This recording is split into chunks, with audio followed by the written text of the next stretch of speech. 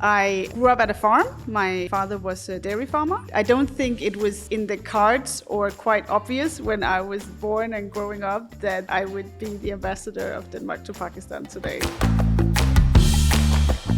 And whenever you move to a new country, how do you learn about the country? Like, what's the process look like? I think being a diplomat on paper, it can sound like how can you be an expert on, all these different countries that you go to. But being diplomat is a skill and it's a tool that we learn throughout our careers. You have spent some time in Iran as well, and it's in the news right now. What was your impression about Iran? For Iran, I think it was a bed of civilization and the Persian Empire and the Persian culture and all that I think is quite evident. But I was really blown away by how embedded that is also in the young people there. And if you have to be a successful diplomat, like what do you think, what are the core qualities you need to have or which you can develop? Some of the most talented and professional diplomats I've seen are also those who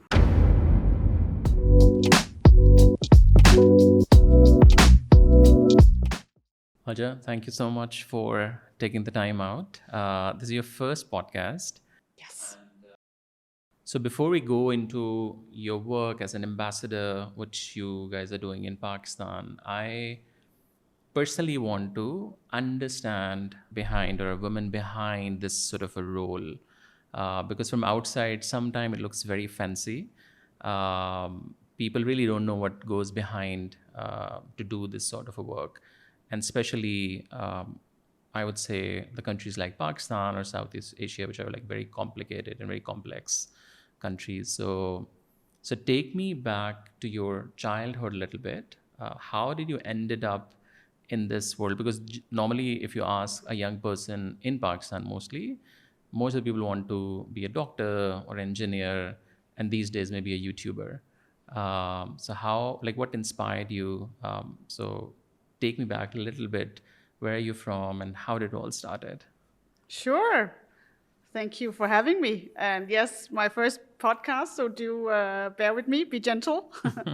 I'm sure you will. It's an interesting question because come to think about it, and I don't think it was in the cards or quite obvious when I was born and growing up that I would be the ambassador of Denmark to Pakistan today. So I grew up at a farm. My father was a dairy farmer. We were three girls at home. So my father was very privileged. He had my mother and three girls around him. And so it was really a very peaceful life. Next door neighbors were 100 meters away. So it was really the real countryside with cows and other sorts of animals, and by the lake and with the forests and all. And now I'm a city woman very much. I don't know how that happened, but I was very much in the nature. I didn't wear shoes 3 months of the year. I was a very had a very lively imagination. I was a daydreamer. I was a romantic. I self-identified with Anne of the Green Gables. But still with some sort of interest and sort of nascent curiosity about what was outside of the farm. And when you were growing up, because normally when you grow up in a city, it's a very different imagination because you're looking a lot of things, maybe you're watching a lot of news. But growing up in a farm, like how did that sort of impacted your early childhood? Do you think, was it a little different if you were born in a city and lived in a city? Maybe exactly because I was there in a bit of a secluded. I had a lot of opportunities for the mind to just travel, and I said I was huge daydreamer. Like I would spend hours in the woods just making stories in my head and so on, or or with my friends and play with them and so on. So I think that space allowed for a lot of imagination and daydreaming and sort of just things to unfold in quite a sort of free space, safe space. And when you were growing up, what was the plan? Like, did you thought of anything that, I want to be this person and wants to go into this profession? So it's quite, because I've asked myself this as well, because my family all lives in the area where I grew up. So Like still now, or yes. okay. So my two sisters, they live like in a radius of 5 kilometers away from my parents, who they moved a little bit away from the farm, but still in the same village, the same neighborhood.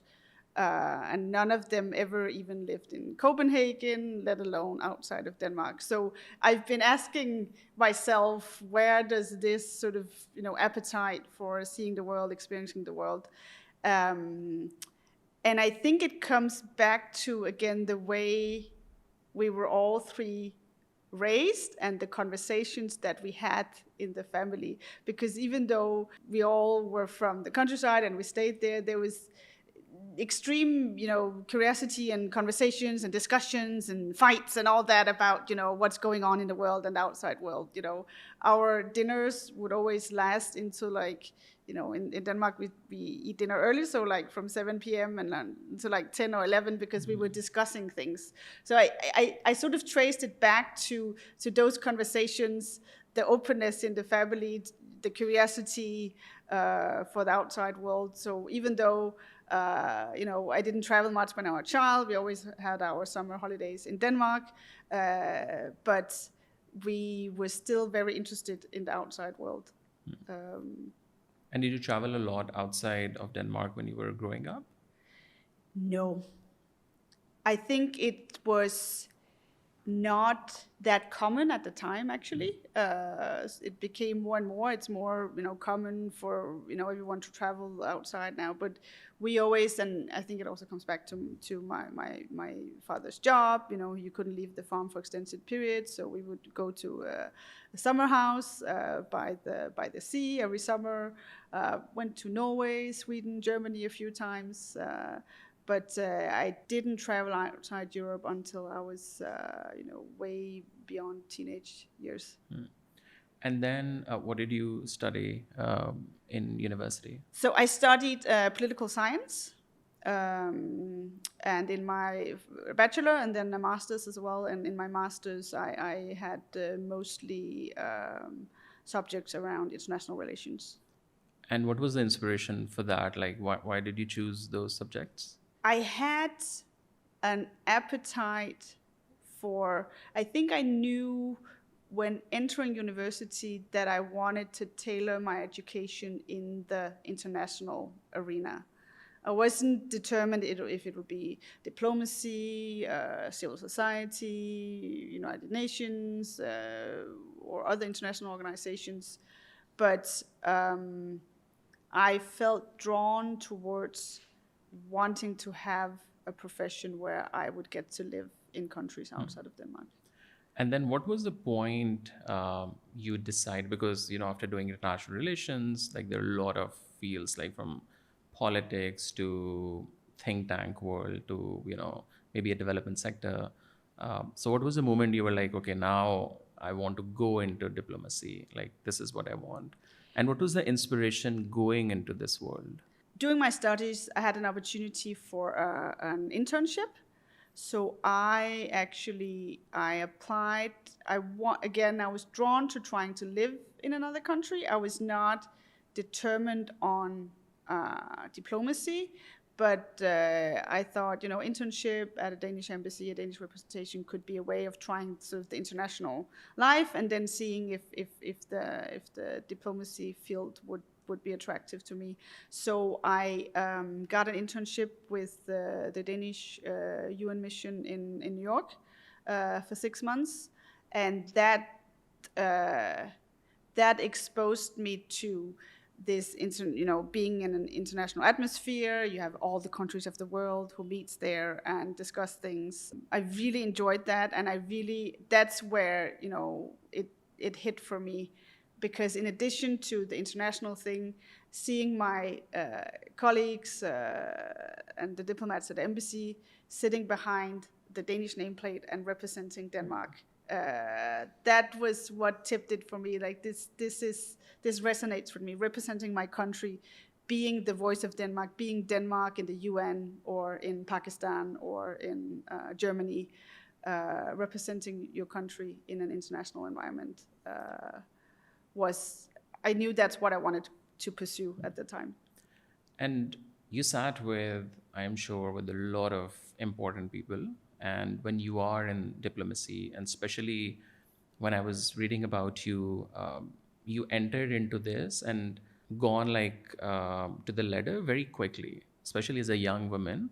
We don't see people do that. Normally, it take ages and ages. So what did you observe when you started like sitting in those rooms as a young person? Because from outside, again, it's very different. Maybe it's like really cool, but when you actually sit on those meetings and then moving into different countries and different organizations, what were like some of the things from a very macro lens you start observing? It is very cool. It's also very intimidating. It's also, difficult to navigate because you have to find your way. You can take advice, and you can, try to look at, people who are doing well and see how do they navigate it. But I think in this space and in my career, I'm obviously I'm ambitious. My career is important to me, but one thing that has been, most important for me is also I've never focused on doing one thing, being in one room in order to achieve something else solely. I want to enjoy and be passionate about what I do as I do it, and don't think about the next things, what comes next.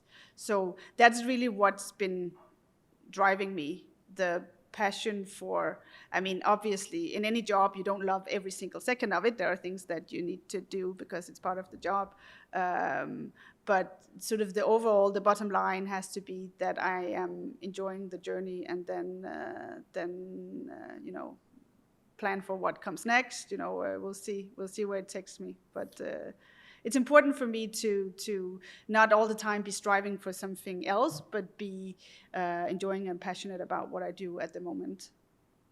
And what was the reaction of your family when you told them that you're moving into diplomacy and someone living in a farm and this, lifestyle, and now you'll be just like will be away from them and like moving from one country to another country? Like, what was their sort of initial sort of reaction? When can we visit? I think now that opportunities are there, actually my family travels a lot. They love traveling. We didn't do it growing up because, it's probably financial means, and also, the jobs and the life that we were living. But the curiosity from the outside world is now something that I went to explore, and that sort of enabled them to do it a lot as well. They have visited me every chance they got for all postings I have been to. But obviously it's also, I haven't chosen the most traditional postings, so it's come with curiosity and questions, but mostly just an eagerness to come and see the life that I'm living now and witness it. So, as an example, if this conversation, 16 to 18-year-old kid is watching this, and if we dive deep into the life of a diplomat, how would you explain this to a young person? What is a diplomat and how do they operate? So there's all these memes on the internet, Yeah. what my mother think I do as a diplomat and what I actually do, and then what your mother think is very glamorous, and what you actually do is like writing emails all day. And I think the truth is somewhere in between. But that is again coming back to why I choose this field. It's the diversity of the job. It's a whole circle of things that you need to do. So.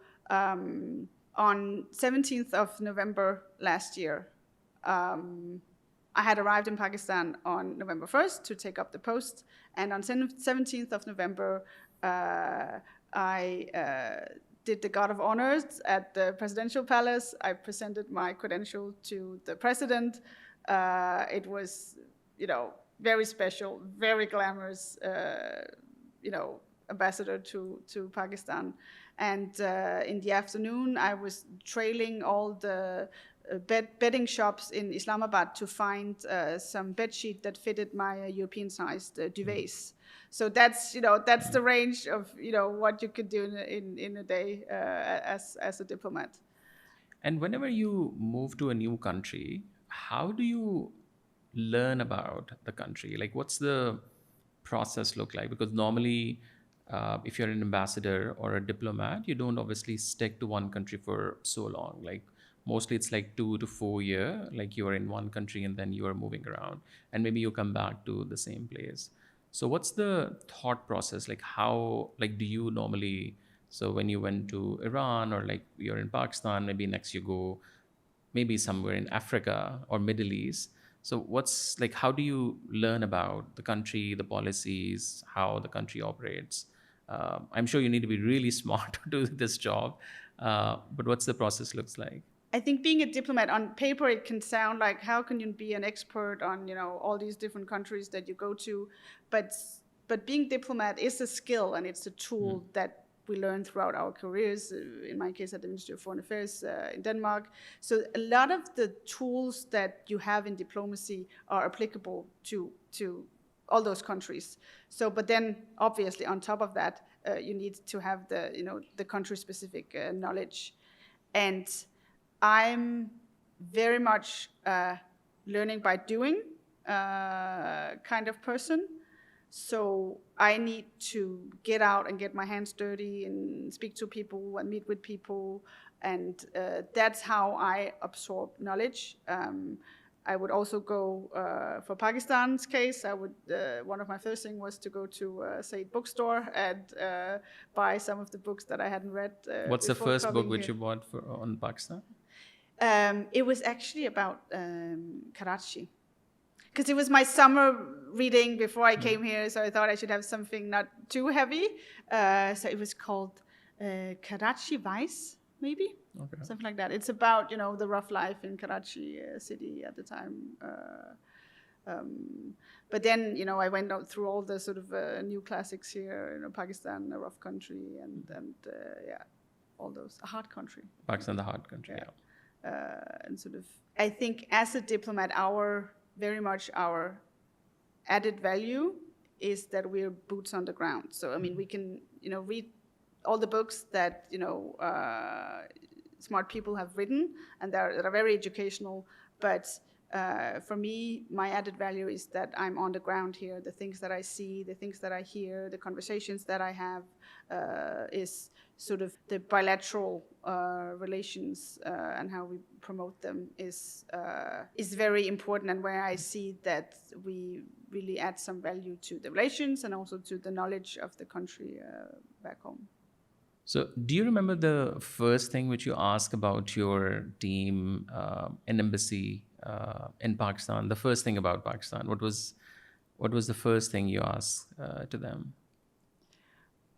Well, I arrived thinking that I knew a lot about Pakistan, and then I arrived in Islamabad, and I told them, where's all the noise? Where's all the people? Yeah.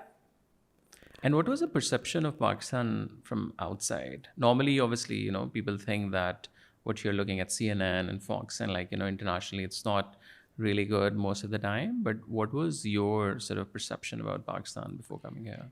So before coming, I think one of the first things I did was speak to my predecessor and my predecessors. So I spoke to colleagues who had been posted to Islamabad and who spoke very, very highly about it and gave me some tips on good restaurants and what to do and what to see. So I believed I had a fairly good idea of what I was getting myself into. But then it was all that and then just magnified. So it was still quite overwhelming because it was all those things that they told me, but then you like sort of times 100, 100 times the colors, 100 times the diversity, 100 times the hospitality, 100 times the spices and tastes and sounds and faces.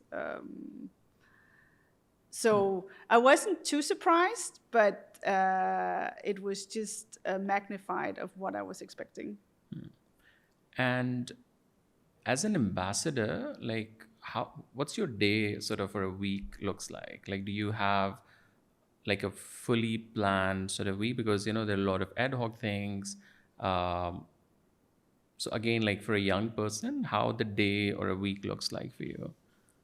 So I'm still waiting for the regular day or regular week. I've been here 8.5 months, so obviously I've been extremely busy since I arrived because I want to meet all the interlocutors and all from the Pakistani side on the different levels, political, civil society, academia, commercial, as well as diplomatic colleagues here. So I've been meeting a lot of people, and sometimes there are changes, and sometimes it's a bit ad hoc. And then at the same time, we're running an embassy, which is a lot of practical things, a lot of HR, a lot of admin, a lot of budgeting and resource allocations and things like that. So there's really not a regular week, and I think as a diplomat, you do have a work life and as a private life, but I think when you're posted, or at least for me, the things melt together more than they do back in Copenhagen. Often you have dinners with friends that are also colleagues, and you discuss a little bit of work and you discuss a little bit of private. Just the whole thing melts together more. The lines between work and private life are more blurred when you're at a posting, or at least for me, than when I'm home. And I actually kind of enjoy that. For me, it gives flexibility as well to the whole thing. And how do you balance then work and life? Because a lot of times you have free time at the evening or night, but then you also have an official dinner, or like you need to meet with someone. And then, you have holidays, you go back to the country, but then you also need to go to the foreign, So how do you then deal with all of this? So one thing that people don't think about me when they know me is I'm actually a bit of an introvert, which goes a bit against all the outgoing engagements that I have. But I need to sometimes stare into a wall or just like zone out and be in my own zone. But at the same time, again, I'm a learning by doing. I get energy and inspiration from meeting people and talking to people. So I do go out a lot, and I come back equally inspired and drained. So I do spend energy on all these engagements, but I get so much out of it. But I have to remind myself sometimes that now it's time for just doing nothing for a few hours. And what are your hobbies like when you're not doing anything? Like, how do you sort of de-stress yourself? So I think, like many people, one way of de-stressing is, watching Netflix series or any other streaming channel. I have a tradition with my husband. We choose, a TV series that we'll watch, and that's sort of a space where we just engage in that and, discuss all the characters and get really into that. And, that's, the passion around that.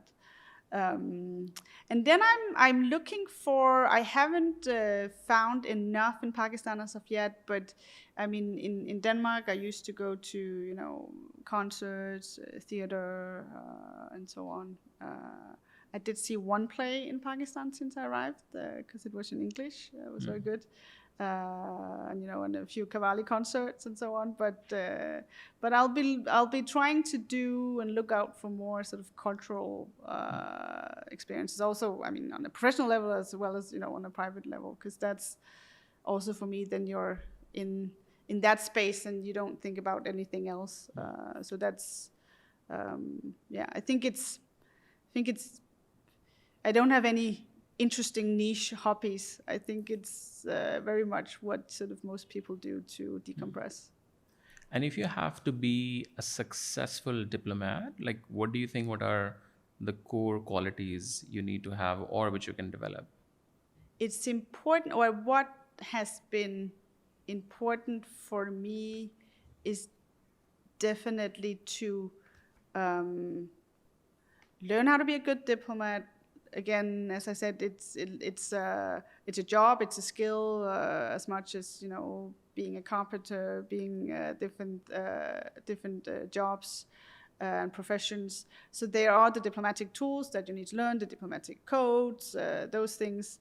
But what I've learned and what I'm still developing, and as I become, get more experience, it's very important to make it your own and be. I am the diplomat and the ambassador Maja, but I'm also the human Maja, and those things cannot, necessarily be told apart. You have to be professional, and you have to, be the ambassador and the diplomat. But you can also show a bit of yourself.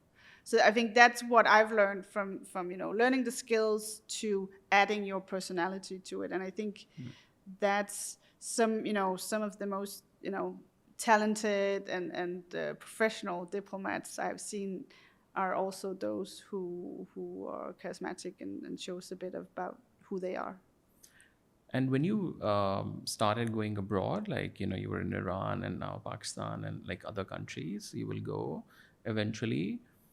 What were like some of the things before moving out of the Denmark? You thought that, okay, I have these sort of three qualities, which I know, and I really need to build these, few qualities to be a successful ones, to be like more of a to know more about your own sort of thing. So what were those, like more of a self-aware perspective? I think just the fact of being self-aware is something that I have learned, because I think especially when you're young and also when you're in diplomacy, you want to be perfect from day one. And again, as with any other skill, every other profession, you get, you learn and you adjust with experience. So just the fact to say, I will learn throughout my career how to be a diplomat. So just being aware that there are things, that you can always work on, but also, feel comfortable with the fact that what you're doing is good enough and it's good. But with experience, you always get better. And you have spent some time in Iran as well, and it's in the news right now. And the perception from outside, like Pakistan, it's very different. And when you go there and meet people and see the culture, especially the music, which I personally love, Farsi music, what was your impression about Iran, and how was it to work there, especially with meeting with the locals and looking at the culture? Generally, if you can talk a little bit about that. I have been extremely privileged to serve in Iran and now Pakistan. And I think if there was ever a World Cup on hospitality, these two countries might go head to head, the Iranian people and the Pakistani one. I mean, and that's extremely privileged to have been in two countries where, the hospitality from the people is really second to none. For Iran, I think it was also the depth of their culture and their cultural knowledge. I mean, because there's the bed of civilization and the Persian Empire and the Persian culture and all that, I think is quite evident. But I was really blown away by how embedded that is also in the young people there. I mean, you see teenagers, they know their Hafez, they know their Shahnameh, the poetry and all that lives on in the young people in Iran today, and that was quite encouraging to see. And again, I think young people in Denmark, in Iran, in Pakistan are better than their rumors. I'm quite encouraged by the future with the young generations I have experienced in Denmark as well as in Pakistan and in Iran. And was there anything which sort of really surprises you about Iran and the Iranian people before you went there? I think again the diversity of the country. I traveled most parts of Iran, and the different clothing, the different rituals, the different cultures, the different facial expression, the different ethnicities was just so broad. The little variations of a traditional national dish. It was a little bit different in this region, a little bit different in this region, and again the pride and the knowledge about it. It was the culture, the Persian culture is strong and proud. And you've talked about the young people of Iran, and now in Pakistan you're also meeting with a lot of young people. How do you sort of compare the both sort of nations, especially the youngsters from both sides? Again, I think it's almost again, I haven't engaged with youngsters everywhere, but global world where there's a lot of uncertainties. There's a lot of things happening. There's unpredictability and so on. What encourages me is the young people. Again, I think they're better than their reputation. They're very resilient. They're very entrepreneurial. They make things happen, and they just go at it in a way that is quite impressive and encouraging. And you have traveled a lot in Pakistan to the rural areas as well, especially when you arrived. We went to Narwal and the startup incubators. What did you observe again from someone who just sort of, within like 6 to 8 months, you have seen Pakistan from a very sort of a broader lens? Like, again, when you were reading about Pakistan and now when you are here, how do you see Pakistan right now? Yeah, I mean, my visit to Narwal was one of the most special things I have done in Pakistan, because And that's a real Pakistan. Like, that's not that's that, and also it's a place that doesn't necessarily get these kind of visits every day. So the way I was received there, and just again the passion and the engagement by the people there. I mean, the whole city came together around the university and the new incubation center there that we were inaugurating. Everyone knew it was happening. Also, if you were not happen to be a student there, but everyone knew. Everyone came together. Everyone came out to welcome us. And again, suddenly someone in the crowd comes up and starts speaking to me in Danish. Wow. So this is So someone lived there? Yes, it Okay. was a young man who had studied law in Denmark, and now he was back in Pakistan with his father. And I did not expect that in the middle of Narwal, that someone would come up to me and speak in Danish. But that's yeah. That's just one of the things that happens. And again, I met with the students there. This incubation center, they really just saw it as an opportunity to invest in themselves and see how they can make their own path, and if they had innovative ideas, they had a place to go with it now. And again, there were no complaints. It was all just like, what can we do? How can we improve our communities? How can we, really like, yeah, looking forward. And Is there any particular part of Pakistan which you really want to go? well, I have not yet been to the north, which have turned into a bit of a mythical place for me now because people speak very, very highly about it. And I've met some, Danish people who have traveled all over the world, and they came here on a humanitarian mission, and they went up there and they came back and they said, this is the most beautiful place I've ever seen in the world. So I enjoy all the parts of Pakistan I've traveled to. I think it has, again, the diversity, the cities, the mountains, the coastal areas, it basically has everything and all climatic zones. But I'm really looking forward to going to the north, and I'm thrilled that I'm about to within the next month. And I think this is the time to actually, I think, go. Yeah. So, can you talk to me a little bit about the kind of work which you are doing in Pakistan? Like, what are some of the program? Like, what are the focus areas? Again, if a young person is watching, I think they don't know a lot about the development sector. Like, everyone has different priorities. So, again, for a layman, if you can explain one, the relationship between the two countries, and what are some of the focus areas of you personally and as a country which you are working in Pakistan with the Pakistani government? Sure. So on an overall level, it seems like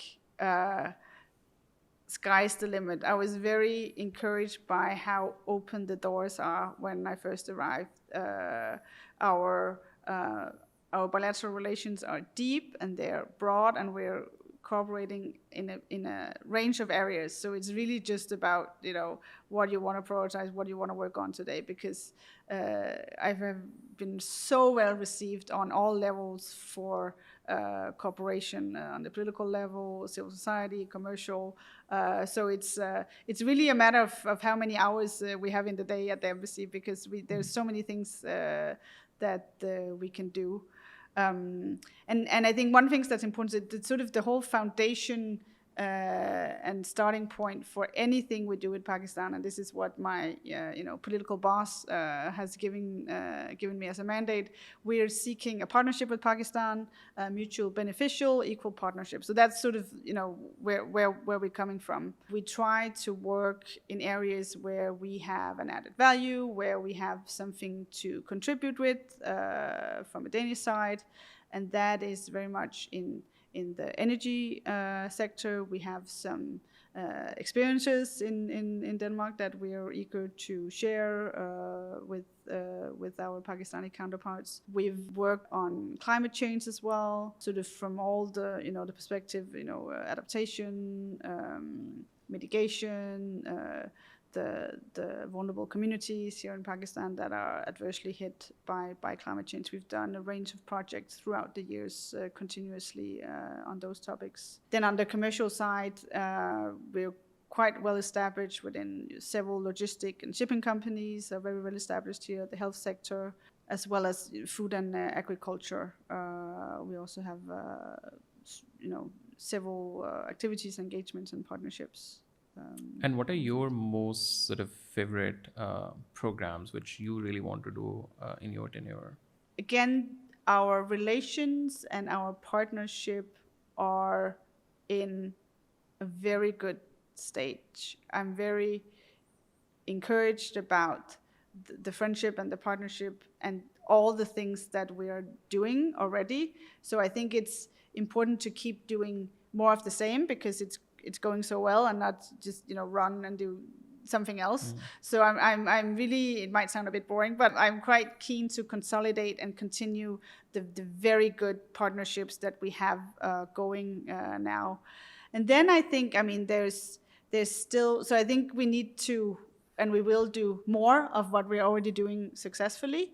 And then, I'm obviously also looking for, are there any areas where we're not collaborating at the moment, where there's potential? And that's a conversation I have with, my Danish counterparts at home, as well as sort of exploring with the counterparts here. Good ideas come up, and then we follow that track. And I think on the commercial side, we're very well established in the sectors that I mentioned, and we'll continue to do that and do more of that. But I think the tech sector is just such an obvious thing where I see a lot of potential for and sector where we haven't been that engaged maybe up until now, but where I see some potential, while not losing sight of the things that we already do very well. I have a friend, and I think they moved to Denmark probably 2 years back, and they incubated, I think, in some accelerator there, and now they are trying to form partnerships, because normally everyone wants to go to the Silicon Valley or like maybe UK or like these sort of I would say more tech savvy places. But I think the experience which they were telling me was just like really amazing, because a lot of time, especially in the tech, I think people don't think maybe, or maybe they don't know in terms of the knowledge that you have opportunities in these European countries as well. You don't just need to go to the Silicon Valley all the time. It's like also very saturated. So I think there's a lot. The talent mass in this tech sector in Pakistan is something that has a lot of potential. Yeah. So lastly, like again, you met with the Pakistani youngsters. What are some of the key sort of takeaways you have gotten from them? Like what do you think they are interested in, and what would be your advice to the young people who are watching this conversation? Well, the fact that I'm now advising young people makes me feel very old, but I'm not sure I have, that sort of solid advice, because I'm still work in progress myself. They are in a different place than I was when I was young. I think again, two things are amplified. Both, they seem more, confident. They go at things. They don't see barriers. They see opportunities. And at the same time, there's this combination with a lot of pressure, because everything's in the spotlight. Everything's on social media. So there's this navigating, confidence and going at it with also a lot of, pressure and, ways that you should be perfect and all that. Whereas I just, grew up, having a safe space to sort of like find myself a bit and find my confidence and become myself. This is all amplified for the young generations now. So I think it's really, and this is really, it's obviously easier said than done. But you really, really, you need role models that you can look up to, but you have to make it your own as well. You can, copy to some degree to, feel like, but you will never thrive if it's not, within yourself as well. You have to. So I think, again, easier said than done. I'm still working on it, but make it your own, regardless of what you're doing and what you're passionate about. Follow it and make it your own. Do it in your way. And lastly, if a young person wants to be a diplomat and they're in their teens right now, what would be your advice to them? What are some of the things which they need to work on, some of the qualities which they should maybe start developing from now? I mean, there's the obvious interest and educated oneself in, international relations, international politics. But again, diplomacy is very broad. It's commercial engagement, it's politics, it's consular affairs, it's a whole range of things. So you need to navigate that space, and where your interests at, and is it broad interests, and then again you can educate yourself, but diplomacy is really so much about people skills. So interacting with people, I mean, that's something you can practice, interacting with people you don't know, people at different levels, people of different backgrounds, different cultures, having that sense of a room and how to navigate. I think that's a skill one can just try to throw oneself into and sort of train, how do I react to this, how do I react to this. So I mean, a lot of things you can read and educate yourself to the best way possible, but training your people skills. So people skill is like the topmost, you would say. I think I'm a being a diplomat. I believe in diplomacy, and diplomacy again, it's a skill, and there are certain codes, and there's a way how we do things. There's a framework around it, which makes us all feel comfortable, because then that's the way you do it. But then you need to, within that space, you need to navigate the people that are in the room, and how can you create that connection and that atmosphere with your counterparts, where you can find solutions together. And is there any posting which you really want to have, or you want to go somewhere? Again, I'm taking, I was about to say one day at a time, one posting at a time. See, I sound like a football player now, one game at a time, and being comfortable with what I can say, that when I think about the postings that I have ahead, that in itself makes me excited about the number of countries that I am so privileged that I get to not just visit, but to live in and emerge in. And I think with the postings that I already have, I do have a bit of a pattern that I like to experience countries that are a bit different from Denmark. So I would imagine I would be pursuing that going forward also. It's a very diplomatic answer, but thank you so much, Maja, for taking the time Of out, course. and it's lovely talking to you. Likewise. Thank you very much. Thank you very much.